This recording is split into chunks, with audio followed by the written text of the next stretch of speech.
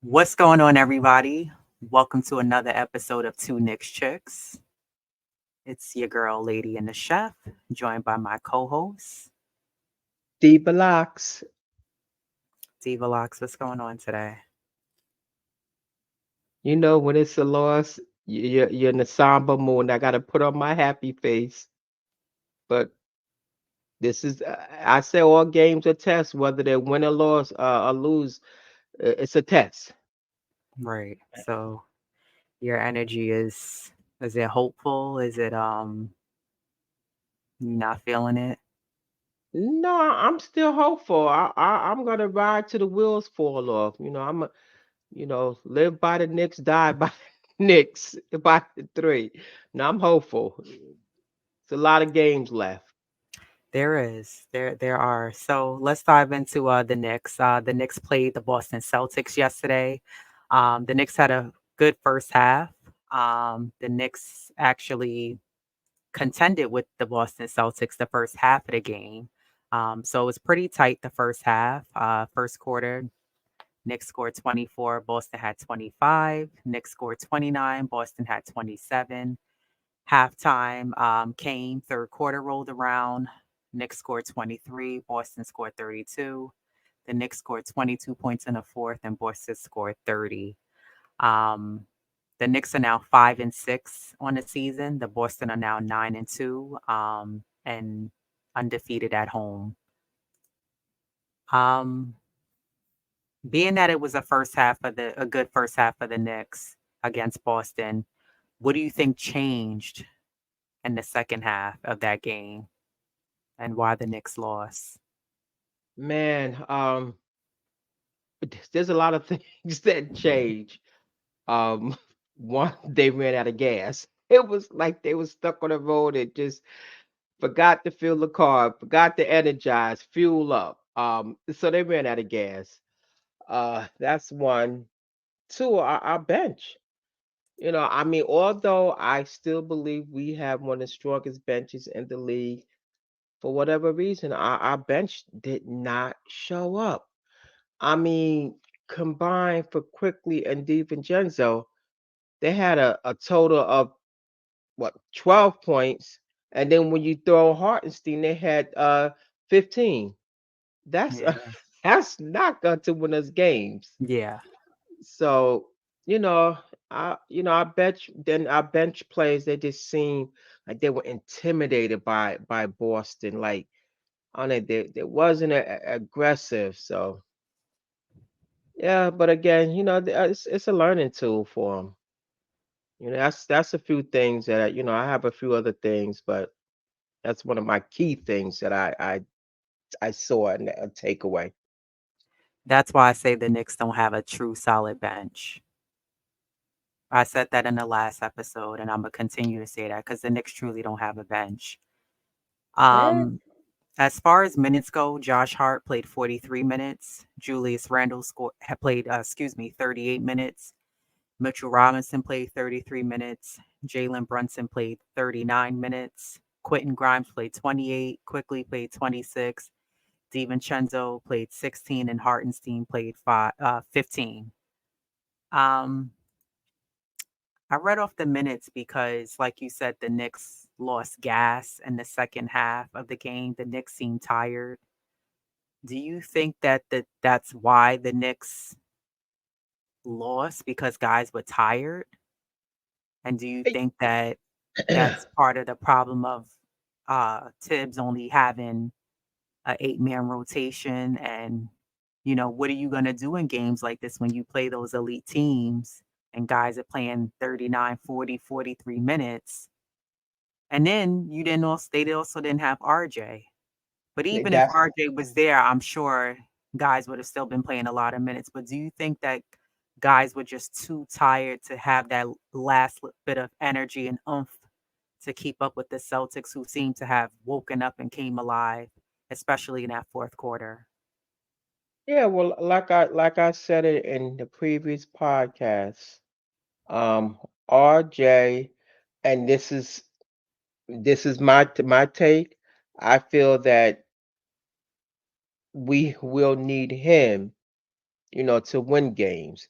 or just like I call the three-headed monster between Brunson, Randall, and RJ. Because at this point I can't even throw Grimes in the mix. No. And now I can even throw Mitch, but I think he just had a poor game yesterday for whatever reason. But I feel like I count on Mitch more so than Grimes. I just feel like his presence was missed. And I think that would have been the deciding fact, the same way we lost that Cleveland game. Um, his scoring and the other things he do, that you miss that, and you it's like you can count on it, you know, as a guarantee, and nothing's guaranteed. But for him, for me, he was missed. But it's funny how we say, I remember I asked you, are the Knicks going to need Randall throughout the season to be able to compete and get to the playoffs? And we both agreed they are. Yeah. But now, do you think, I guess going with what you're saying, I get where you're coming from with the three-headed monster of Jalen Brunson, RJ Barrett, and Randall. But do you think that the Knicks also need RJ Barrett moving forward? Because when Barrett is not played, the Knicks have lost. So he is a difference maker, especially because this season his game has taken such a leap, and his we see the growth in his game this year. But do you think that now looking at it again, and it's still early in the season, but again, these games still count. Do you think that the Knicks need RJ also to be in the mix, or can Jalen Brunson and Randall get the job done? I just no, and I think we do because you know again, Josh Hart has his style and his play game, but he's no RJ. Um, RJ has really elevated his game. Um, he took it to a whole nother level. Um, he's been consistent for us. So there's a lot of pluses, more so to his game.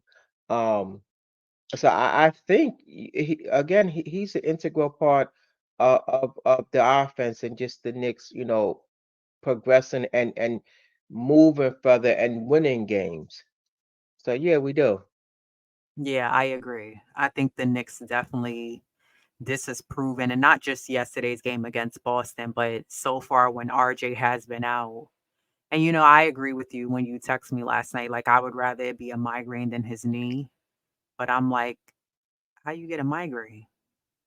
Are you out drinking? Like, and it happens to the best of us. A migraine really is terrible. You know what I mean? I get it. But Mm. I think when RJ's out, we see that he's a difference maker in the game. How did you feel about Randall's play in yesterday's game? Randall played 38 minutes, had 9 rebounds, 5 assists, and 25 points. Do you think Um, that that was enough? Or do you think that, and I don't just mean points wise, but do you think that you feel like we could have gotten a little bit more from Randall in whatever capacity or area on the floor last night? Was it enough performance that he gave, or do you think that we could have gotten more play out of him? well, you can always get more, but I'm at the point where, and I like Randall. He's growing on me, but I'm going with what we see with Randall or what we saw. This is what we're gonna get. Now he may have who knows, a 50-point game before the end of the season. He may give us 20 or here, but I'm just convinced that what we seen from Randall in these last few games, not you know in the beginning of the season, when he struggled, but now I must he seems like he's definitely at least 70, 80% better.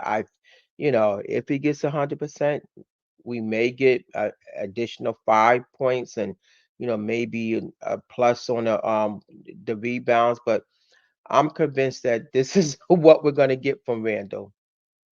Yeah, Yeah. he could have given more, but he played a great game. Boston just played the better game. Yeah, agreed. But when you look at Boston's style of play, and in particular Jason Tatum, Jason Tatum took over that game for Boston in the fourth quarter. He did what leaders do. He stepped up. He made all the big shots that was needed. And so did Brown. Mhm. Brown was there kind of doing the other little things. Again, I'm talking about the fourth quarter. But when I watched him play, I said to myself, that's kind of what I'm looking for from Julius Randle. And I know that he doesn't want to be at that I'm the number one guy you go to. He's comfortable being the third or fourth option. But unfortunately, we look to him as that first or second option because you're Yeah. one of the better players on the team. But do you think that not wanting to be that first or second option hurts us with him being on the team? Because when that's your mentality and the team is really looking for you to be that anchor and the go-to guy on most nights, especially on a game when RJ's out, does that hurt the Knicks when you looking for him to take over like how Tatum did last night? And I'm not saying that they have the same game, nor am I comparing their games. But at the tenure that you've been in the league and where your game is, Randall has the capabilities to me to do what Tatum did in his own way. But I never see Randall really do that. He'll have sparks of games where he could show he can give us 45, 50 points. But do you think that hurts the Knicks with Randall not really wanting to be that front guy and he's kind of more comfortable being complacent, being that third option, maybe the fourth option? Yeah, do it. That goes back to your question. Do you think he could have done more? So yeah, and unfortunately, this is the cards that we're dealt with the Knicks and the fan base. You have to be that guy. You know, um, not because you were here first, but you are the leader, whether you like it or not. And if you don't, then let it be known and say something. So, you know, I'm quite sure they made adjustments, but unfortunately, he people do look to him as the leader, like this is his team, So yeah, it hurts because now he's taking a step back, and you don't know his mindset. So we do need for him to be the leader and step up. Yeah. Yeah, I think sometimes it hurts us because I thought in the game last night, and in particular, Randall was actually guarding Jason Tatum, Mm, and Tatum had his way. It just yeah. shows I work on this shot and throw up maybe 100 to 200 of these a day. My handle is there. And even at one point, I think Wally Zerbiak was calling that game last night, and I overheard him say Randall had the ball at one possession, and the Randall handle came in place, and he dribbled the ball low towards his ankles, like I always say how he does, and he lost it. And Wally said too much dribbling. And I think Randall still hasn't figured that out yet, when to like lessen the dribbling Yeah. because he's not good at recovering the dribble. But I just thought that Randall could have given us a bit more. And and not even just in last night's game, I think just in general, sometimes I would like to see him like step up and say, let me put the team on my back to get us this W. And I only really see the only guy I see doing that is Jalen Brunson. A lot of times Yeah. but again, he doesn't have that help. But I think if Randall had that same mentality with both of them doing that, that would make a difference. Quickly, surprisingly, had a quiet game and didn't really contribute much for us. He had played 26 more minutes, had 6 rebounds, 7 points, which is a rarity for him. DiVincenzo, 16 points, had 5 minutes. Hartenstein had 15 minutes, 3 rebounds, 3 points. So kind of quiet for him also. And Mitch too, because Mitch only had 6 rebounds, 1 assist, 4 points. So it was an off game for Mitch. We really got the bulk of the scoring. Surprisingly, Josh Hart, who played the most minutes because he started in place of Mhm. RJ, had 9 rebounds, 3 assists, and 16 points. Um, I think that proved to me that Josh Hart is capable of giving us 14, 16 points a night. Yeah, even off the bench. You don't have to be a Right, starter to give right, that to us. right. So you So just what are you proved that. doing? Right. Yeah, yeah. You And, and, proved you and, can and give us because that wasn't a lucky 16 points. Those were solid shots and baskets he was making. So yeah. I'm gonna need a little bit more of that from you. If Eh, Quickly is able to on a consistent basis give us about mhm. 16 to 18 a night, I'm expecting that from Josh Hart. I'm sorry, Yeah, but 6, 7 points is not gonna cut it. We yeah. need more scoring from other guys. And you know what? I'm gonna put a pin in that because I need to make a public service announcement. I need to put a bowler out on Grimes. Be on the lookout because he's MIA. Yeah. I Grimes mean, had 9 points. He hit 2 threes back to back. And Mike Breen was like, Grimes with 2 threes back to back. And I was like, yeah, but what else did Grimes do? exactly. Grimes had 28 minutes, 1 assist, and oh, excuse me, he had 12 total points. I thought he had 9. He had 12 points. Yeah, Yeah, and what I've he got had. nothing. I've got Exactly. nothing. I'm Yeah. not impressed. It was a quiet 12. I think Grimes, those 12 points would be acceptable if we had a solid like 4, maybe 5 guys who were ahead of him who could give us consistent scoring. Yeah. And I'll be like, oh, Grimes is a good player to come to the bench. She gives you at least 10, 12 points a night. But some nights we only get 3, maybe 6 points from Grimes. It's not enough. And he had 0 rebounds. No rebounds. I thought Mitchell Robinson, and at one point Tibbs was yelling from the bench for him to help. I don't know if it was Brunson or Quickly, whoever it was, to double up on Tatum. That doesn't work for you guys. Why are Yeah. you telling Mitchell Robinson to help double team? For what? First of all, Jason Tatum could go around any of the Knicks players if he wants to, because he's that good. That's like saying double team Kyrie Irving or Steph Curry. Do you know that Yeah. guy's gonna get past any of those 5 guys on the Knicks team if he wants to, Yeah. without having to stop their dribble and pass and get the ball back? And even if they do, they still get around all of them. So Tatum had his way. No one could guard him. Mitchell Robinson, to me, he was a bit more aggressive on a perimeter against what's his name? B- Porzingis. yeah. Hmm. But I still didn't like the defense that he was playing against Kristaps. I thought it was like still I don't to me, I don't feel like Boston really took Mitch out of his game. They did in the end when they was doing the hacker Mitch, which was smart coaching. I Oh just yeah. felt like and to me, the Knicks have to figure that out because teams are gonna do that. They know Mitchell Robinson can't hit free throws. So Yeah. what do? You have to I mean, I don't know. Maybe put Hartenstein in, you're gonna have to keep switching on offense and defense. Hmm. Something's gonna have to give. But I didn't really feel like Boston really necessarily took Mitch out of his game. I just thought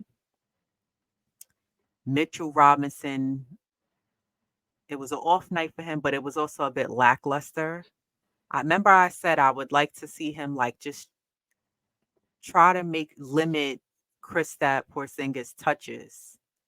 And Kristaps was moving around without the ball, setting the screens. Yeah. Yeah. He was doing more. What I saw from Porzingis was what I want to see from Mitch throughout the game. And Mitch Mm. was setting his screens. He was doing what he needed to do, but I think I saw 1 or 2 plays, and it was from both Hartenstein and Mitch. And they looked, didn't put a body on anybody, and Boston got the rebound and put it right Yeah. back I up. saw that play. Yep. If you're tired, tell the coach you need to have a rest. Hmm. Yeah. Yeah. Yep. But to me, I thought Mitchell Robinson could have played a bit better. And I'm not. getting on Mitch because Mitch has been playing very well.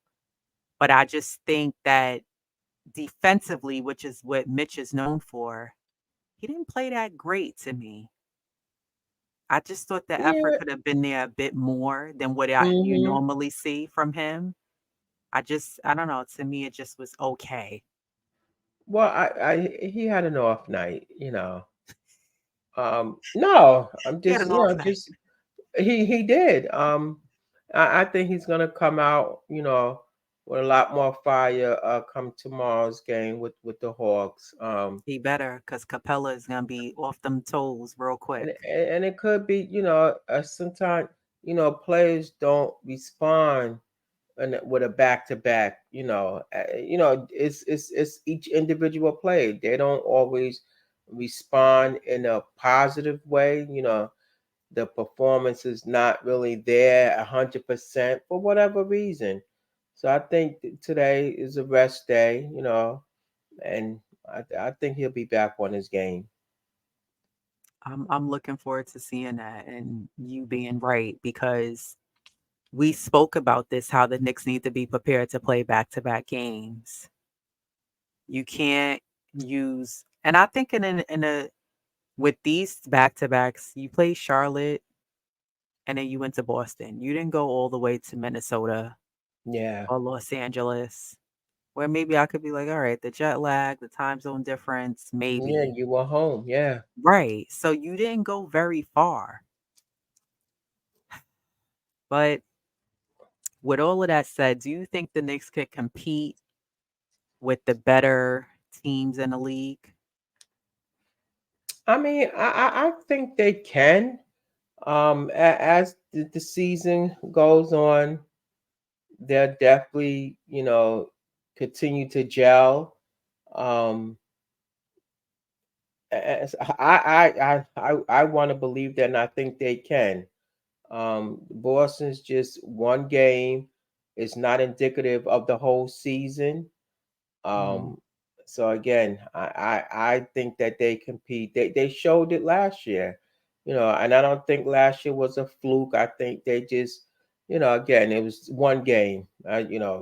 Like the people say, relax. Just yeah. I think they can.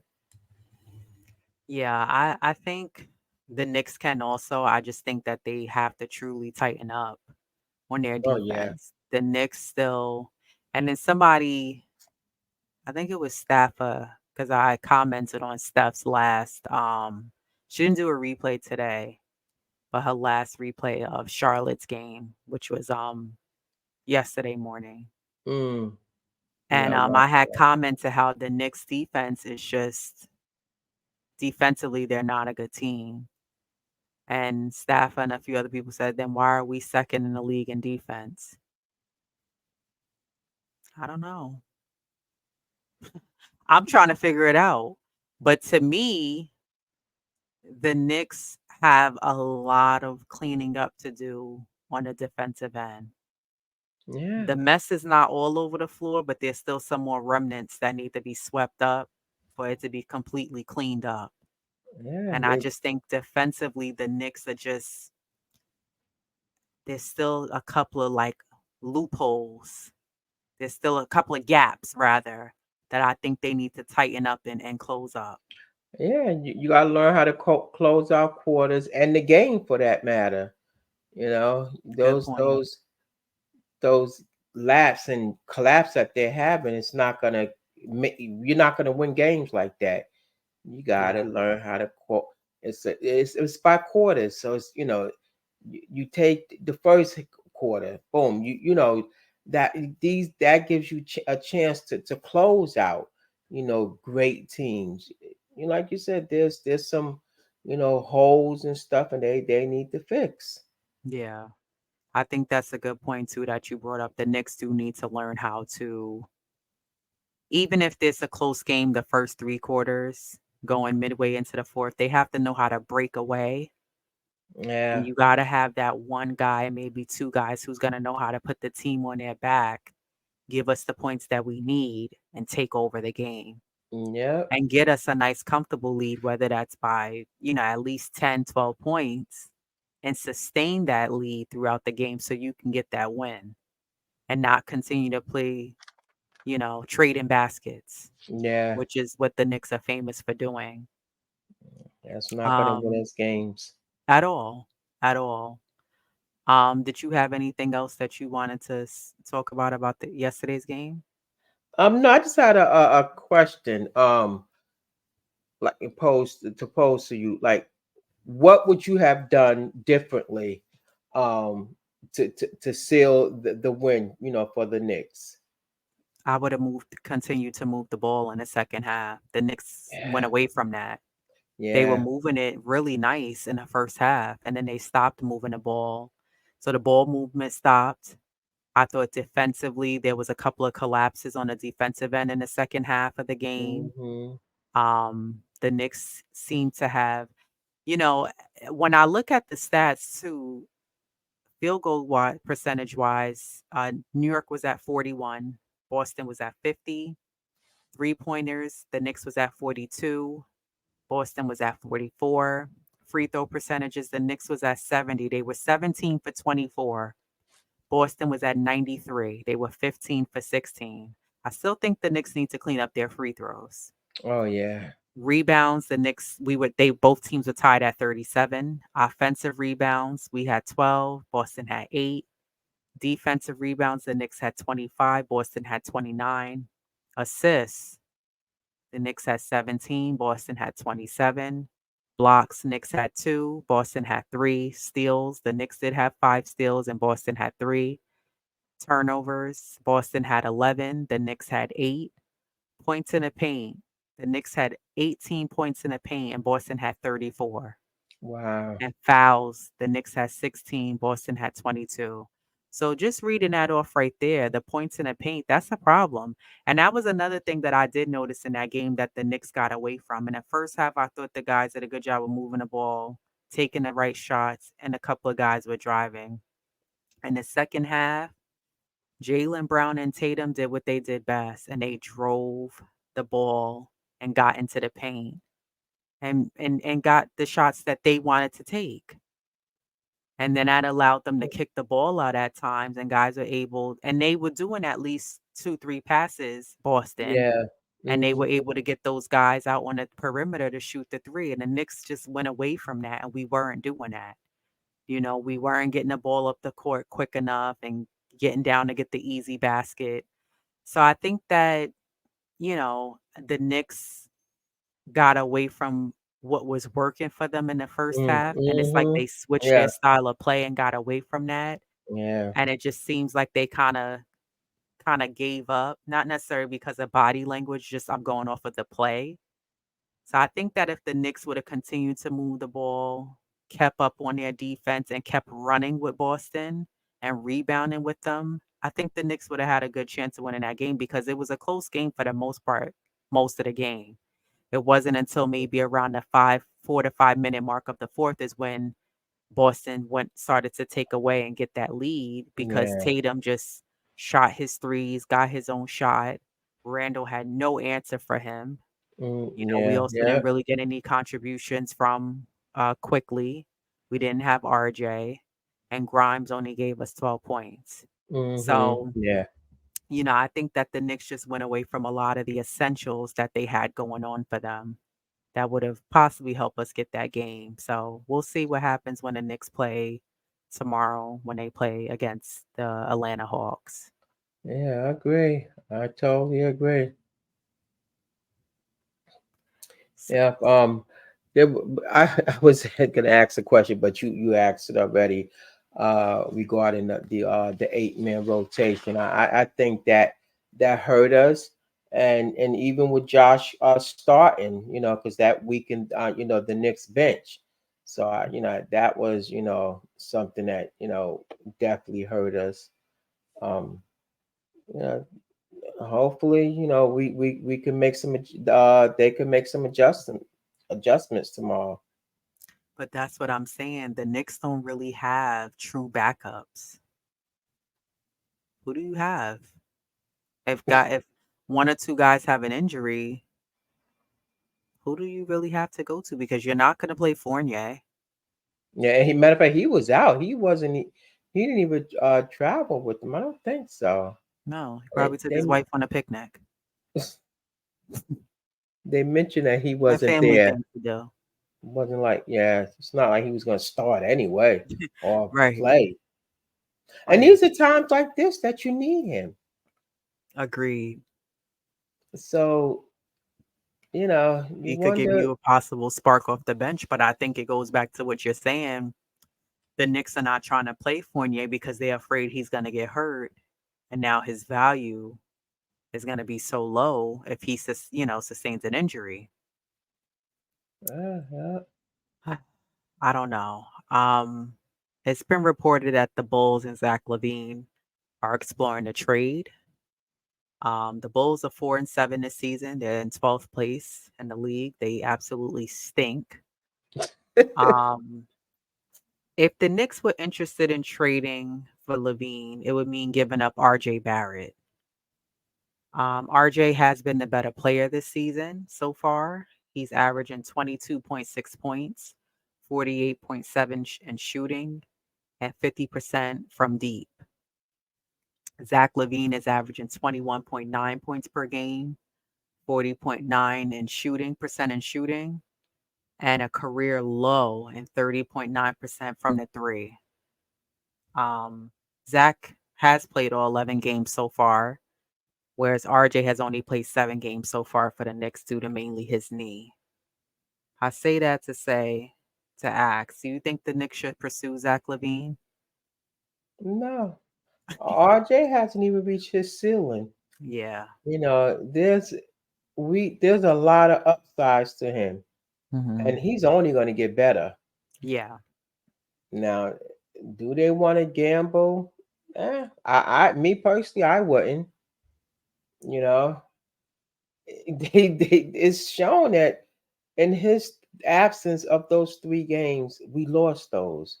So we could Yeah. hypothetically, what with 5 and 6. Yeah, 5 and So 7, then we could have 5 and that 6. yeah. So now you tackled on those 3 games. So we could be in the standings at 8 right now. Not the AC. I'm just saying that we could be 8 and 6 or 5. No, because we was 5 and 4. No, 5 and 5. Excuse me. So we could have been 8 and 6. Yeah, I remember when this Zach Levine talk came up before, and I was, like, hesitant about it because I was like, I don't know, he's very injury prone for me, and Yeah. I agree with you.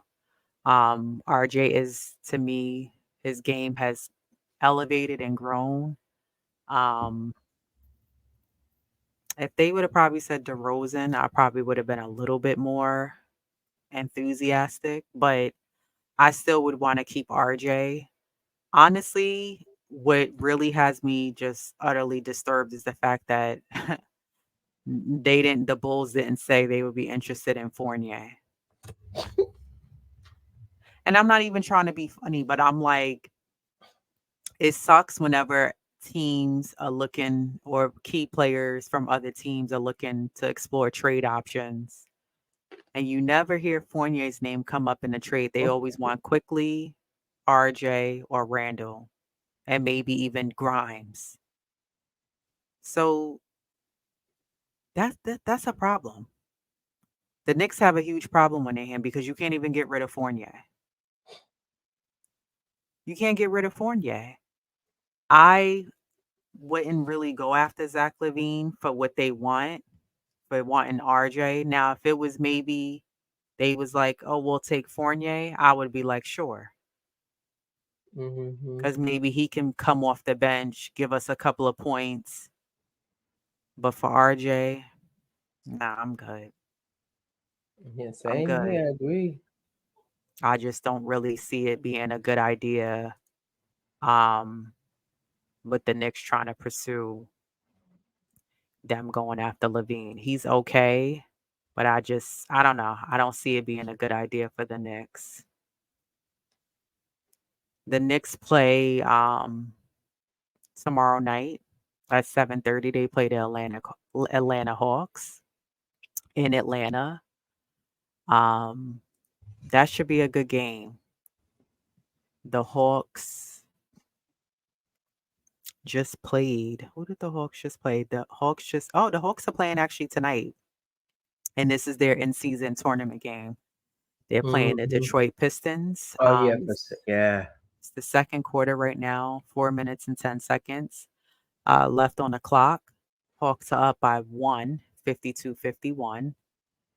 Um, the Hawks are currently sitting at the sixth seed. They're 5-4.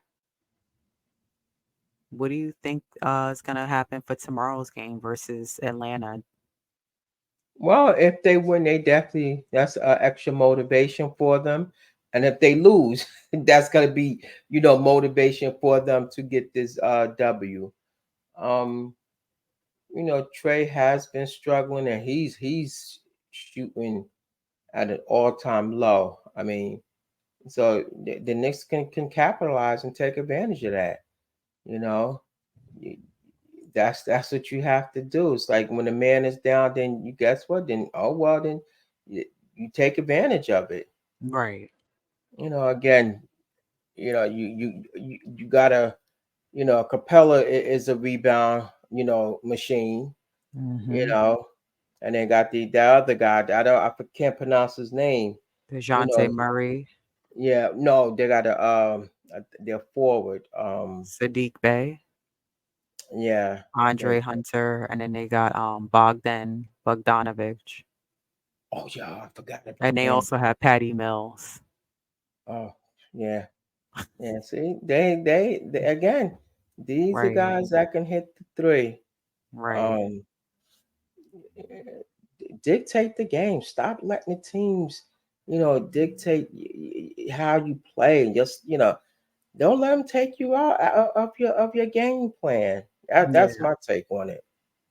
Yeah, I agree. I think it's key that the Knicks come out aggressive in the first quarter Hmm. and sustain that through each of the four quarters. You don't want to Atlanta to come back in the fourth and try to creep up and get the game close because they're one of those teams that they tend to get a lot of those second, third chance rebounds and they move the ball. They also like to run. And they're gonna go for the three. I think you gotta watch Bogdanovich and Patty Mills. Those are two guys who are gonna go for the three and they can make the three. Patty Mills, you gotta watch out for him. And same thing with DeJounte Murray. Hmm. So I think if Mitch keeps on Capella, we'll be okay. But yeah, the Knicks just have to. I think the keys for the game tomorrow for the Knicks to win is rebounding. Hmm. Definitely, the offense needs to be on. Guys need to be making shots. And then on the defensive end, lock guys up. You got to stay with your man because Trey will make those easy passes inside and guys will go for the easy dunk or layup. So I think that is crucial that the Knicks, come out aggressive. And like you said, don't let Atlanta dictate the game tomorrow. It's important that the Knicks get tomorrow's win and Friday's win against Washington, which are Oh both yeah, for teams that are sure. beatable. And Friday's one is a in season. Tournament. Mhm. Yeah, so you definitely have to take that one. You lost your first one, and it, Yeah, you you know, have to get this next one. It's yeah, like and then it's one that you should be able to take. It's Washington. They also yeah. stink. So, it's no reason why. So, it's gonna be interesting to see how Atlanta does tonight because whether they win or lose, they're definitely gonna look to take the Knicks on tomorrow and try to get that, next W. So, Hmm. I'll definitely be tuned in.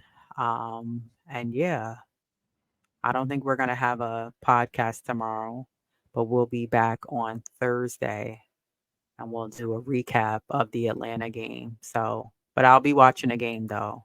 Yeah, for sure. Anything else before we get out of here today? No, my mantra. Let's go Knicks. Yeah, let's definitely go Knicks, and I think it's crucial that the Knicks get that win tomorrow. But as always, everybody, uh, thanks for watching our channel. hit the like button, leave us a comment, subscribe to our channel. We appreciate all the new subscribers as always. And until next time, we out. We out.